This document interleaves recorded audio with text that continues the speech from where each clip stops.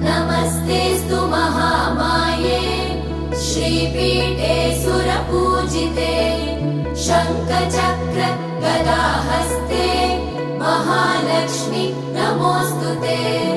नमस्ते गरुडारूढे कोलासुरभयङ्करी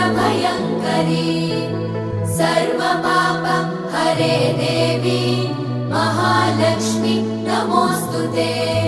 महादेव्यै च विद्महे विष्णुपत्नी च धीमहि तन्नो लक्ष्मी प्रचोदयात्।